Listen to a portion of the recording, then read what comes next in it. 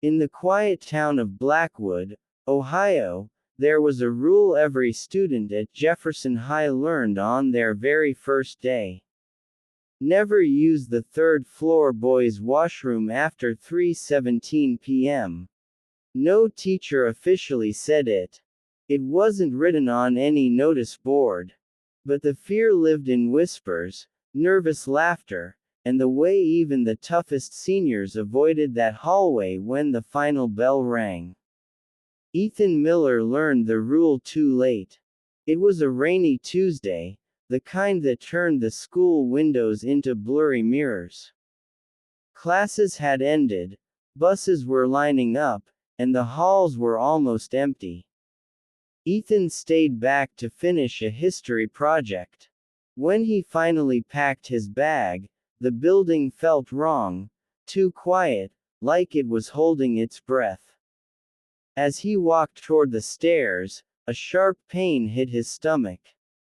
"I'll be quick," he muttered to himself. The first and second floor washrooms were locked for cleaning. The only one left was on the third floor. 3:16 p.m. Ethan hesitated at the stairs. His phone buzzed. A text from his friend Marcus. "Bro, where you at? Don't tell me you're still in school, skull." Ethan didn't reply. The third floor lights flickered as he stepped out.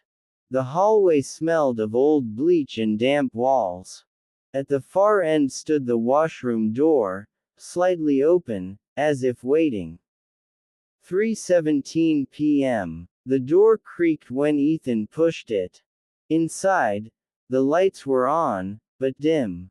The mirrors were stained. One sink dripped slowly, each drop echoing like a countdown. Drip, drip, drip. Ethan used the stall nearest the door. As he finished and stepped out, he glanced at the mirror, and froze. For a split second, he thought someone was standing behind him. But when he turned, the washroom was empty. His heart raced. "Get it together," he whispered. He washed his hands. When he looked back up, the reflection didn't move. Ethan's hands were still under running water, but the boy in the mirror was standing still, head slightly tilted, smiling. A smile that was too wide. Ethan stumbled back, slipping on the wet floor. When he looked again, the mirror showed his normal reflection. Breathing hard, he backed toward the door. That's when the stalls slammed shut, one by one. Bang, bang, bang. The lights flickered violently. The dripping sink stopped. Then came the sound. Crying. Soft at first. A child's sob, echoing from the last stall. Ethan shook his head. This isn't real. This isn't real. He grabbed the door handle. It wouldn't move. Behind him, the last stall door slowly creaked open. A pair of muddy shoes stepped out. Then another.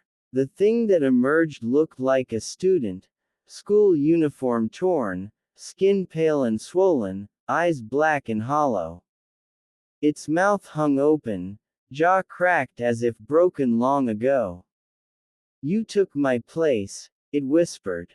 Memories flooded Ethan's mind, things he never knew but somehow understood. 20 years ago, a student named Daniel Brooks was locked in this washroom as a prank. The bell rang. The school emptied. No one came back. Daniel screamed until his voice died.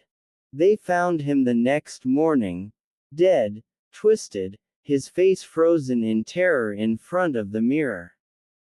The school called it an accident. The mirror remembered. "You're late," the thing said, stepping closer. "Someone must stay." The lights went out. Students downstairs heard a scream at exactly 3:19 p.m. When the janitor opened the washroom later that evening, it was empty. No broken stalls. No muddy footprints. Only one thing was different. In the mirror, behind his own reflection, the janitor saw a new face, pale, shaking, eyes begging for help. Ethan Miller was never seen again. After that day, the rules changed. Never stay in school after 3:15. Never look too long into the mirror. And if you hear crying from an empty washroom, run. Because the mirror is still hungry. And it always needs someone new.